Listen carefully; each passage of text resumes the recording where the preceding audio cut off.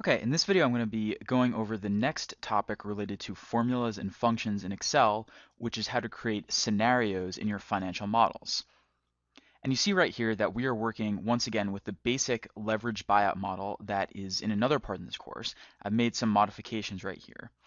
And scenarios are very useful when you're looking at a standalone operating model of a company, and maybe you're using it in evaluation and you want to see how the company's value changes depending on how much it's growing, depending on its profitability, and other factors like that. In a leverage buyout model, what we're really concerned with, and the reason why we use scenarios, is because in future years, we don't really know how quickly a company is going to be growing. It might grow at 10%, 12 or 13%, 15%. We don't really know what its operating margin is going to be in future years.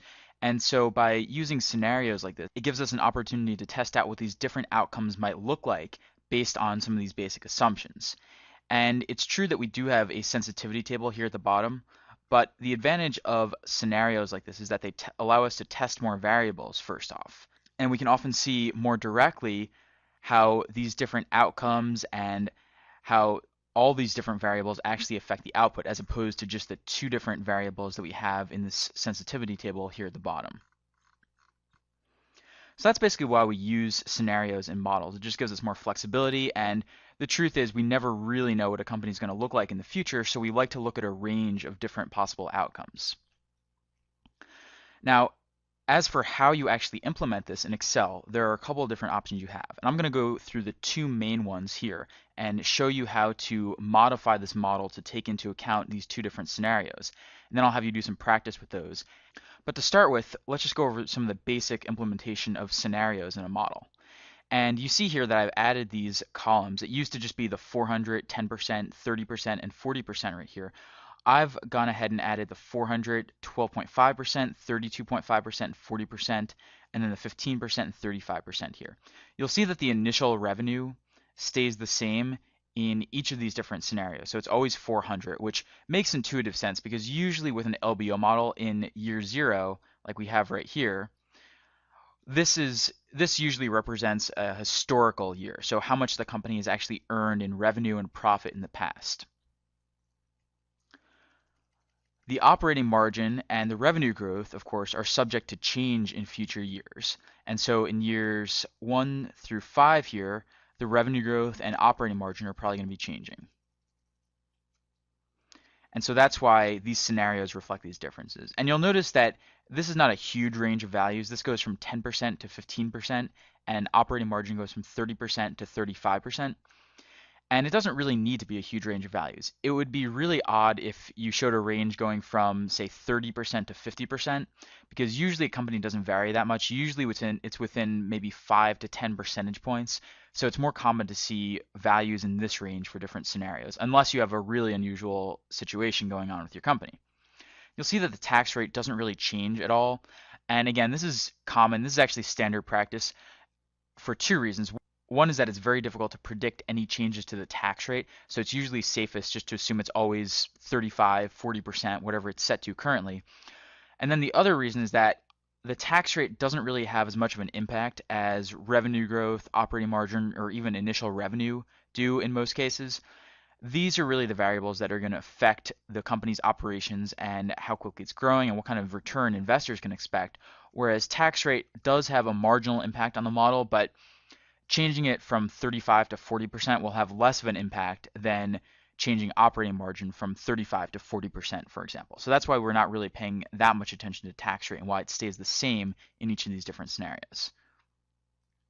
Now to implement this, we have two different options. We can use the choose function in Excel, and we can use the offset function in Excel. So I'm going to go through both of these, and after I finish going through each one, I'm going to start out the model and start out by showing you how to enter these and what they do, and then I'm going to ask you to finish the exercise, to finish it, and then we'll go over it together and I'll show you everything. So first things first, I'm just going to enter the choose function right here so you can see it. So choose, and we see the description. Chooses a value or action to perform from a list of values based on an index number. So we look at the variable. So we have an index number and then we have values. We have a set of values here. And this can be anywhere from 1 to 29. In other words, we can have one value or we can have all the way up to 29 different values. We hardly ever actually use 29 scenarios. I'd say 2, 3, 4, maybe 5 scenarios are more common. So let's just test this out and see what happens. So if we enter 1 for the index number, then we enter 10% for the first value, 12.5% for the next one, then 15% for the last one. Okay, we need to fix the formatting there. But we see that right now it's set to 1, and so it picks J6, which is the 10%. If we set this to 2, we'd get the 12.5%. And if we set this to 3, we'd get 15%, this last column right here. And basically all we're going to do is change all these values, this revenue growth, all these revenue growths and operating margins. And instead of just making them a simple formula like this, we're going to incorporate choose into them so that instead of always picking 30%, maybe we're going to pick 32.5% or 35%. So to get this implemented, the first thing that we need to do, if you look at the formula here, you'll see that the first part is the index number. Well, we can't just hard code this in. We need to have some kind of input for selecting which scenario we want. So we need some kind of input that lets us show, do we want scenario 1, 2, or 3 here? So I'm just going to delete this right now. And I'm going to go down here and actually add this in. So I'm going to press Alt-IR to add a row, then F4 to repeat the action. Then I'm going to enter scenario right here. And for now, we're just going to set this to 1. And this may change later, of course. Okay. So now that we have that, let's go in and start modifying the revenue so we can see what's going on here. So the first one, so this 400. Well, in this case, it doesn't really matter whether it's scenario 1, 2, or 3 because they're all the same. But still, just as a good habit and a good practice, we want to make this correct so that if in the future it changes, it's reflected here. So let's go in and change this. And I'm going to enter equals choose here. Now for the index number, I'm going to go up here using the control and arrow keys, go to scenario.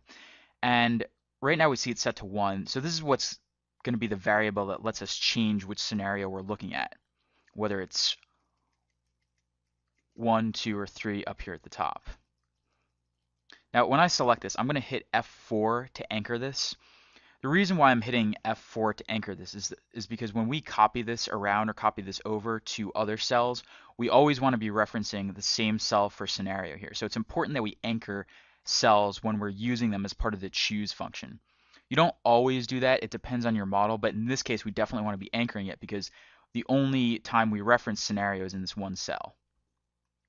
Now for the values. So let's go up to the top, press Control and the up arrow key to get up there. So the first value is right under scenario 1 right here. So I just enter this. I hit F4 again because once again, if I copy this somewhere else, I still want to be referencing the same cell, the same J5 cell here that corresponds to the initial revenue in scenario 1. Similarly, for scenario 2, I'm also going to select this and press F4. And then for scenario 3, again, I'm going to also anchor this with F4.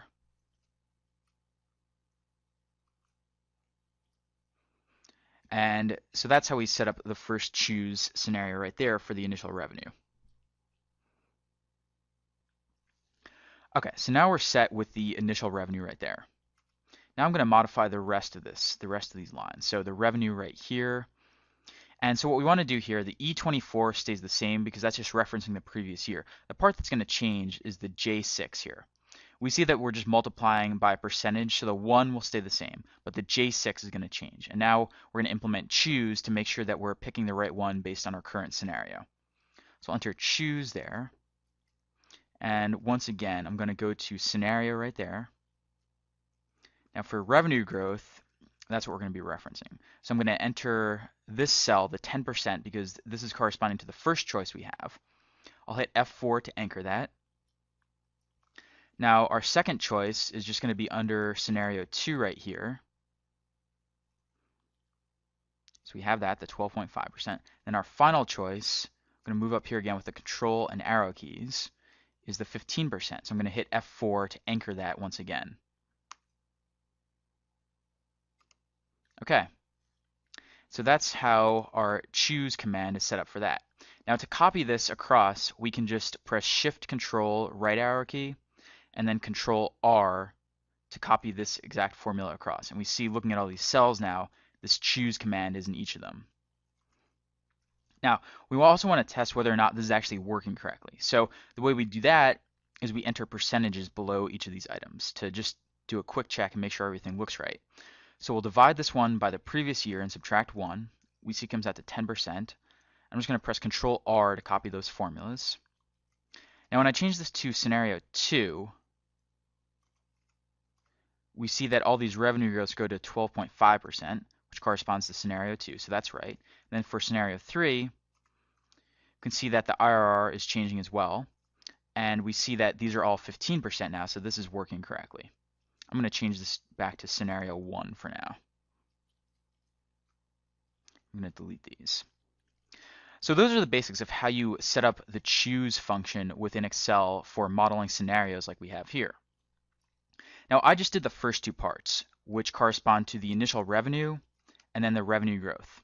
What I want you to do for the exercise is to finish what we've started here. So I want you to go in and change the operating margin and the tax rate here on row 26, and then the tax rate comes up here in net income. So I want you to adjust for those two variables and use the choose function there to set it properly depending on which scenario you're looking at. So rather than the J7 here, I want you to make it so that if it's scenario 2, it goes to K7. If it's scenario 3, it goes to L7. Similarly, for net income, rather than multiplying by 1 minus this 40% all the time in cell J8, it should be K8 for scenario 2 and L8 for scenario 3. So you should pause this video right now, give this a shot yourself based on everything that I've entered here so far, and then once you finish it, or if you get stuck or you forget the commands, then come back to it, and then this time I'll walk you through the rest of the exercise.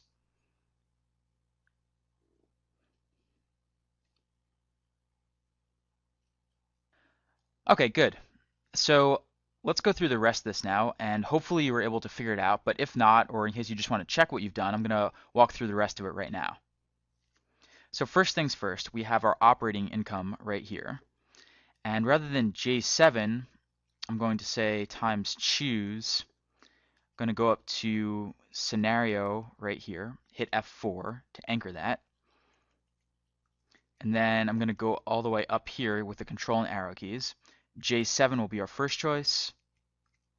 K7 will be our second choice. And then L7 will be our third choice. And I hit F4 to anchor these each time to make sure it stays in the right place. So that's that. Copy that across. And once again, we want to check this briefly to make sure this looks correct. So let's just figure out the margin in each of these. So you have 30%, 30%, 30%, 30%, 30%. So change it to 32.5% and then 35% right there.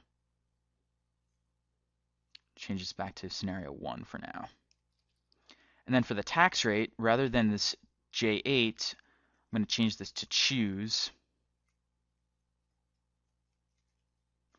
And I'm going to select cell J21 again for the scenario, press F4, and then J8 for the next one, K8, and then L8 for the last one, for the last choice. So we have that set up, and now our tax rate should be working properly. Of course, it doesn't really matter here because it's not changing at all, but nevertheless, just to check it, let's divide the net income by pre-tax income. We press Shift and the arrow key and then press Control R to copy this across. And just to sanity check our work, we'll also check the revenue growth one last time. Okay, so it's 10% in this case in scenario 1. If we change it to scenario 2, it goes to 12.5%. Looking at the rest of this, we see that the operating margin is correct. Scenario 3, again, this is correct as well. So having these checks in place is also a good idea when you're doing scenarios like this. But those are the basics of how you do it with choose. Now, another way that you could do this is by using the offset function. So to use the offset function, this is a little bit different from choose, but the idea is basically the same. And the difference, and I'll just enter the formula right here, offset, and you see the description, returns a reference to a range that is a given number of rows and columns from a given reference. So the difference here is that rather than just entering, for example, the different choices that we had, the 10%, 12.5%, 15%, we're going to literally pick a reference point. So this first column, for example, and then tell Excel, okay, we want to go one row to the right and one column to the right. And we see that it gives us this 32.5% because we went one to the right and then one down. So we got to the 32.5%. So offset lets us physically move around within Excel. And the difference between these is that offset is a little bit more flexible because you can more easily add in different scenarios. So let's say we wanted to add scenario 4 over here. Well, with choose, we'd have to go back into all these formulas, and we'd have to go in and add another choice to this part of the equation right here, because we need to take into account scenario 4. Whereas if we were using offset, then it would be easier because we could just have scenario 4 to the right here, and we could just add a scenario 4 option right down here. So it's just a different preference, different choice. Some people like choose better. I personally think that offset is more useful to use when you're modeling scenarios like this. Offset can be used in a lot of different cases as well as can choose, but I'd say they're most commonly used for scenario modeling like this in Excel. So let's go in now. I'll just delete the scenario 4 right here.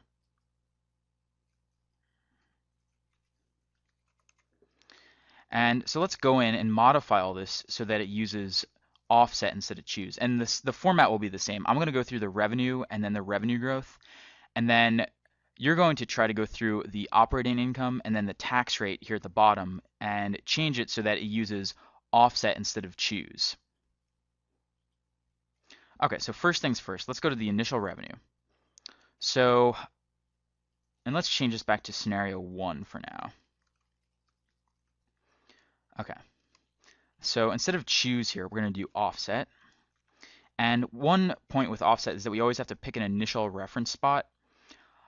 We could pick either the first row, the first column right here, or the column just before the first column. It's really up to you. I think it's generally safer to pick the first column to make sure that there's no text or anything else there. But we do have to pick a reference point. So let's pick that. And again, we're going to anchor this with F4.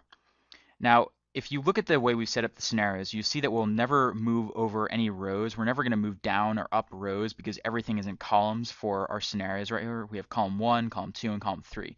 So we're going to enter 0 for rows.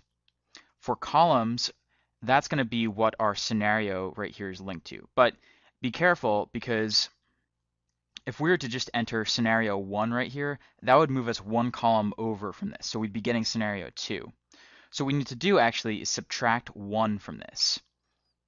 So if we have J21 and then we subtract 1, we're actually moving over 0 columns. So this brings us the initial column right here, this 400 number under scenario 1. So that's what we have to do for offset right there.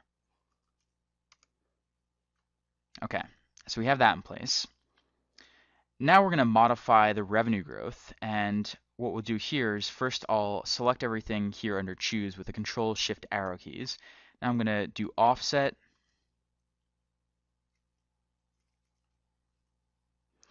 and for revenue growth right here, I'm going to hit F4 to select that. And once again, we're going to say 0 for rows because we never move over in terms of rows here, move up or down in terms of rows. Now for columns, once again, we're going to select this scenario button right here, hit F4.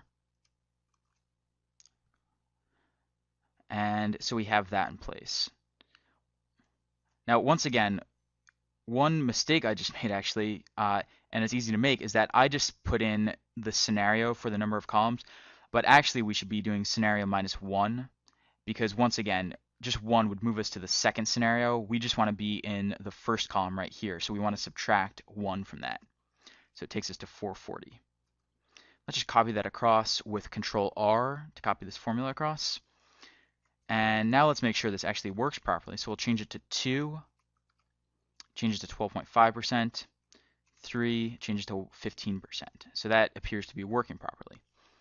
So now that you know the basics of how to use choose, I want you to go into operating income and then down to the tax line under net income here.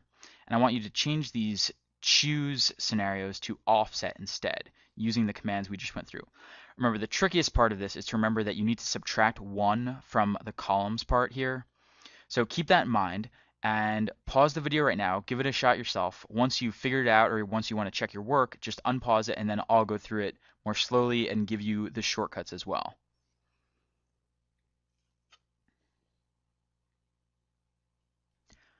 Okay, good. So here's how we change the remainder of this to offset this time. So we're just going to delete this choose. And then for offset, once again, for operating margin, we're going to select cell J7 here. We'll anchor this with F4. For rows, we're going to enter 0. For columns, we're going to go up to scenario with the control and arrow keys, hit F4, and then -1 for columns. And then we'll just end this equation right here. Now we'll copy this across with Shift Control Arrow to select the whole thing, and then Control R to copy the formula. And once again, we're going to check this quickly. So scenario 2, it goes to 32.5%. Scenario 3, it goes to 35%. Just change this back to 1 for now. And then finally, for the tax rate,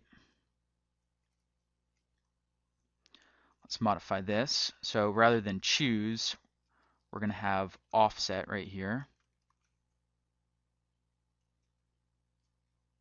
For the reference for the tax rate, we're just going to pick this cell, the J8, for the tax rate of 40% in scenario 1. Enter 0 for rows. For columns, we'll enter cell J21, going up there with the control and arrow keys, hit F4 to anchor it, and then subtract 1. So we have that. Shift Control right arrow key, and then Control R to copy the formula across. And we see, looking at this, it appears to be correct. Let's just change the scenarios a few times. Stays at 60%, stays at 60% right here, and everything else changes properly, so we know that we've done this correctly.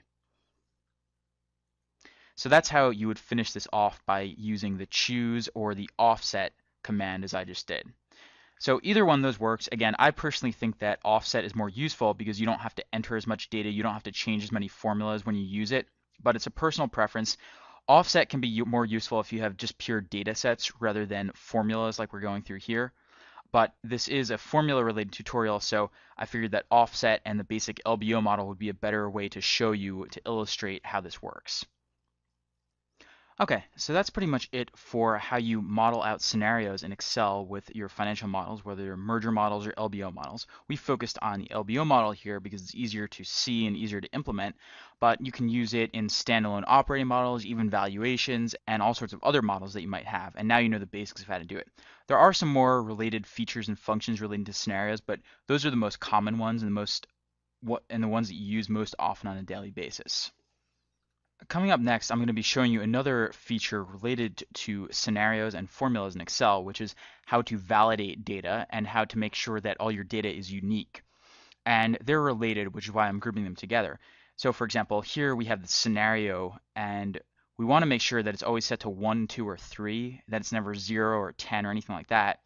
So how do we make sure we do that? And then similarly, if we're working with a data set, how can we make sure that all the numbers are unique and that everything is in the set is actually valid? So I'll be going over how to do that in Excel in the next video.